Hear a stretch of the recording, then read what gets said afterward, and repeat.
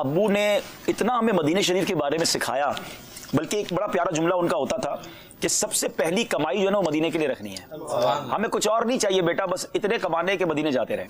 تو وہ ہمیں یہی بتاتے تھے کہ پہلا خرچہ ہی مدینہ ہے، اور ہماری فیملی کا الحمدللہ کئی سالوں سے یہ اصول رہا کہ پیسے بنائے اور پیسے جمع ہوئے تو بس اب مدینے جانا ہے۔ تو بس وہ الحمدللہ ابو نے وہ ذہن بنا دیا، اور کہتے ہیں دنیا گھومنے پھرنے کی بجائے مدینہ۔ اور اب آخری ٹائم میں تو والد صاحب کا ماشاءاللہ اب ذہن اتنا بن گیا تھا، انہوں نے بہت کوشش بھی کی کہ میں شفٹ ہو جاؤں مدینہ شریف۔ امی کے ساتھ کوئی ایڈجسٹمنٹ نہیں ہو سکی، والدہ بچیوں میں بھی ذرا دل تھا، ابو بار بار کہتے تھے کہ یار بس مجھے مدینے بھیج دو۔ پھر تو لانگ بھی جانے لگے، 2 مہینے 1.5 مہینے کے لیے بھی جانے لگے، اور آخری وقت میں طبیعت خراب ہو گئی، ورنہ ہمارا اس وقت بھی ذہن تھا۔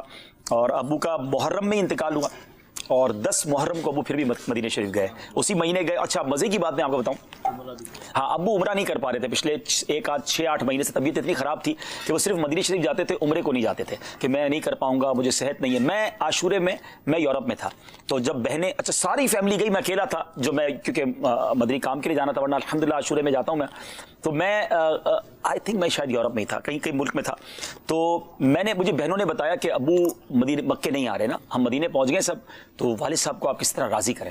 تو میں نے ابو کو وہاں سے میسج کیا کہ ابو دیکھیں بہت ٹائم ہو گیا آپ نے عمرہ نہیں کیا، اور ایک عمرہ دوسرے عمرے تک گناہوں کا کفارہ ہے۔ ابو کا ایک بڑا پیارا میں بس بتاؤں، میں جب ان کو کوئی فضیلت بتاتا تھا نا یہ فوراً پکڑ لیتے تھے۔ میں نے کہا ابو دیکھیں آپ نے بہت ٹائم سے عمرہ نہیں کیا، ایک عمرہ دوسرے عمرے تک گناہوں کا کفارہ ہے، رش بھی نہیں ہے، عاشورے میں اتنا رش بھی نہیں تھا کیونکہ عمرہ سے کھلا نہیں تھا۔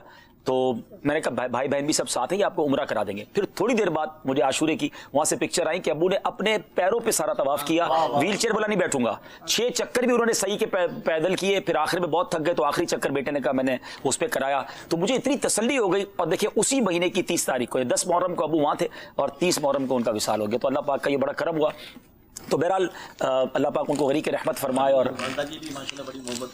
ہاں والدہ بھی دیکھیں نا 12 ربیع الاول کو والدہ مدینہ شریف میں تھی، اور 11ویں شریف کے شروع میں والدہ کا انتقال ہو گیا۔